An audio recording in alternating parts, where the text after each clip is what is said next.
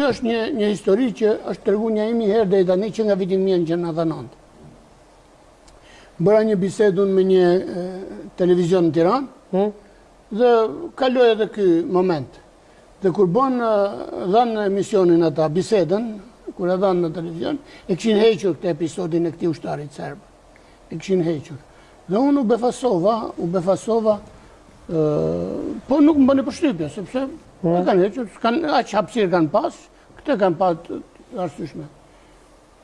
Shkojnë këta tani, se kujtojnë se kanë bërë në zbulim, nuk e dinë ata që ky është një problem i njohur. Shkojnë këta dhe provokojnë Fatos Klosin.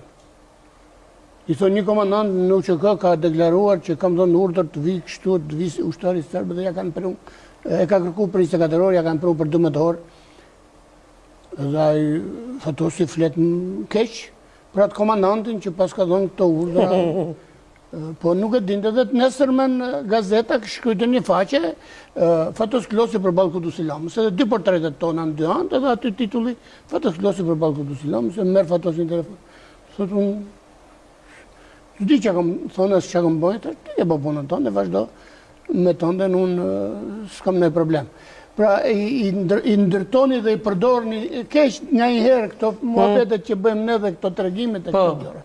Por realisht kjo është e vërtet, dhe kjo nuk është thjesht vlerë e Nasimit, sepse atë Nasimi s'ka qenë vetëm. Në Koshare Nasimi ka qenë me një 1700 ushtar, gjithsejt. Dhe atje është zhvilluar një veprimtari luftarake intensive, duke filluar nga 9 prillit dhe deri me datën 9 qershor. Por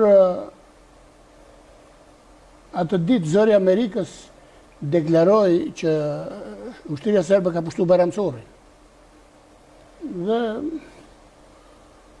unë u revoltova pak sepse u shqetësua gjithë shteti, presidenti, kryeministri, ministri, shtabi i përgjithshëm, çaponot. Unë u thoshem shihni punën tuaja, ne kemi tonat, i kemi ndarë për punë, po ata ishin shumë shqetësuar se po e tha zëri i Amerikës, zëri i Zotit ku dy, zëri i Amerikës ja fut kot atje kur i ton gazetarët atje nga terreni që nuk dinë gjë se ç'a bëhet. Edhe unë bëra Nasimin, se Nasimi ishte në atë pozicion që pa kalu mbi Nasimin nuk mund të shkonin ushtarët në serb në Bayramçor. I them ku je, në detyrë tha, i thash që është kjo detyrë, thash ushtarët serb kanë pushtuar Bayramçorrin, jo mërë tha. Po mërë thash kështu po thotë zëri i Amerikës, e mirë. Folëm pak ashtu sa për të qeshje, sepse e dini edhe unë gjenin edhe aja dhe gjithkush e dini gjenin, po tani për të bërë lojë fjalësh, e unë bëra si revoltuar, i thash që të më bindesh, se e më tha mua po se të mbesove ku jam, hajde shikom. Unë i thash s'kam kohë më ardh atje sa në larg, por që të më bindesh mua, nesër në darkë, kur vi ora 6 siç është tani, duat më sjellësh në zyrën e serb. Të gjallë.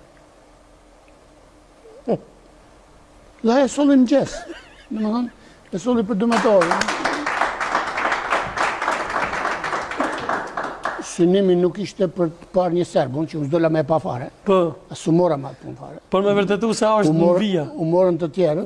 Por në drekë, në orën 3 të drekës, kur më mbaroi ajo veprimtaria që ishin normalet asaj dite, ai në Kukës, përpara gjithë mediave të botës që nga Kina deri në Amerikë, ja dorëzoi OSBE-s atë serbin, pa cënuar fare, është në shtikok Ramodës, Nasimi, me gjithë atë uniformën më baltë, siç kanë vepruar luftarët e UÇK-s në çdo kohë. Dhe realisht me që mediat ishin atje në Kukës, edhe synimi im ky ishte që ata të dalin përpara mediave dhe të deklarojnë që ushtarët serb që dorëzohen të ushtria nga Kosova nuk vjen ferr në kam, shkojnë në institucionet ndërkombëtare. Gjeneral, shpeshherë kur e përmend luftën e ushtrisë ligjore të Kosovës dhe Kosharën edhe ministrin e mbrojtjes Ahmet Krasniqi e përmend edhe një ndimsti, një kolonel, Fuad Ramiqin, shpeshherë e përmend.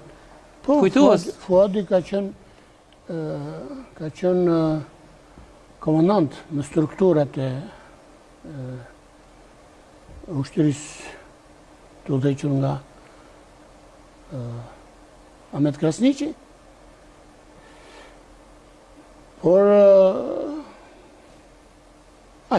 struktura sa kanë pas, aq ushtar sa kanë pas, sepse Fuadi e di mirë se sa ushtar kanë pas.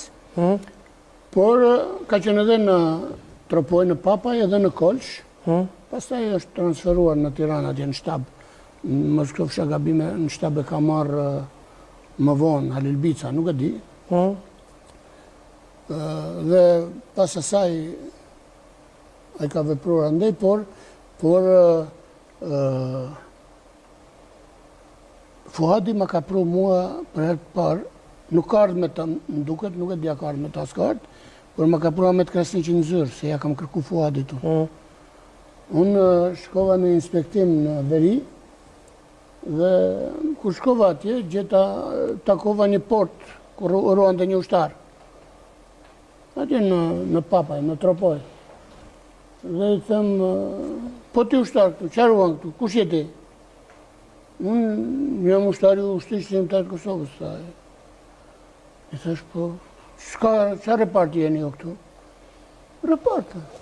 A ka komandant kë reparti? Ka komandant. A ma thresni pak komandantin? Po. E dola unë ula me një hija atje më ta. E thirën e ta komandant, dhe erdi komandanti. Komandanti ishte Fuadi. Këtë është njohja ime e parë me këtë Fuadi. Dhe pastaj ka vazhduar njohja gjatë gjithë periudës së kohës.